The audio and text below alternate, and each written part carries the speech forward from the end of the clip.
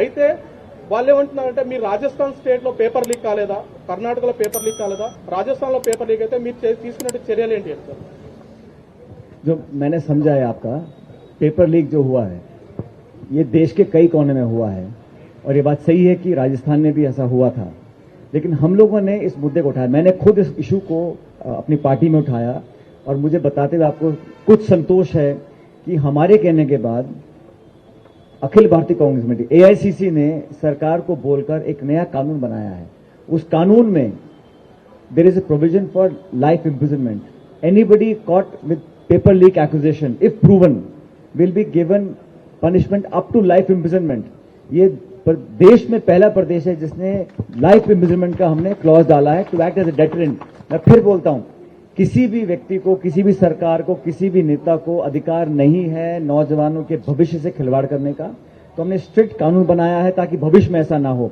लेकिन अनफॉर्चुनेटली जिन स्टेट्स में हमारे एसआईटी बना है, हमने लगभग 200 लोगों को अरेस्ट किया है, उन पे केस चल रहे हैं। हमने नया कानून बनाया है लाइफ इम्प्रिजनमेंट का, उम्र कैद की सजा का प्रावधान बनाया है। तो हम लोगों ने एक्शन लिया ताकि भविष्य में लोगों को विश्वास रहे। जो सिस्टम, जो इकोसिस्टम होता है एग्जाम कंडक्ट करने का, इंटरव्यू लेने का, पेपर कंडक्ट करने का, उस सिस्टम में अगर आप क्रेडिबिलिटी नहीं रखोगे then people will lose faith and confidence.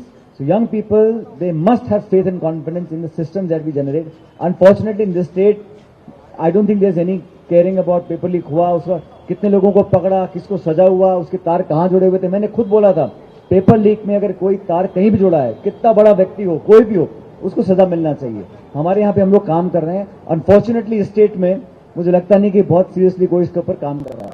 Again is a big issue for people when they go and vote on 30th। Sir मेरा नाम प्रवीण है, मैं वारंगल से हूँ।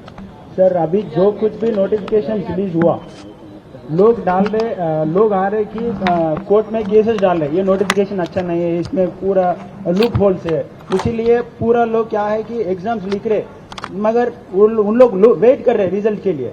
What kind of steps you are going to take to tackle this kind of issues? Because notification release करने एक अच्छा बात है, लेकिन ट्रांसपेरेंसी उस नोटिफिकेशन में जो कुछ भी है उसमें ट्रांसपेरेंसी लाने के लिए जो कुछ भी स्टेप्स आप लिए राजस्थान में, वो स्टेप्स क्या है? देखो, अगर ये केसेस जो डाल रहे हैं इसमें लीगैलिटी क्या है? आप जुडिशरी कब इन्वॉल्व होता है जब कुछ गलती होती है।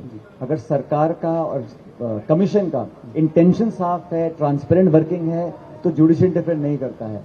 नोटिफिकेशंस अगर लीगली हम उसको वेट करा लेते पहले से और तब करते हैं तो कोर्ट्स का इंटरवेंशन मिनिमम करने हैं। जैसी कोर्ट का मामला आता है फिर टाइम खिंच जाता है, 6 महीना, साल, 1.5 साल खराब होता है, बच्चे ओवरेज हो जाते हैं।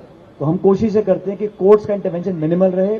अगर हम लोग एग्जाम कंडक्शन, इंटरव्यूज, नोटिफिकेशन ये सब लीगली पहले वेट करा लेंगे और without any issue, without any leakages हम कंडक्ट कराएंगे तो कोर्ट्स इंटरवेन नहीं करते हैं। Minute you go into courts then you're looking at a long 1 year, 2 year, 3 year delay in which many people become overage and they lose hope. And I think the courts have no role to play. It is between the government, the Public Service Commission and the people of the state. If we have honesty and transparency, we will conduct it successfully.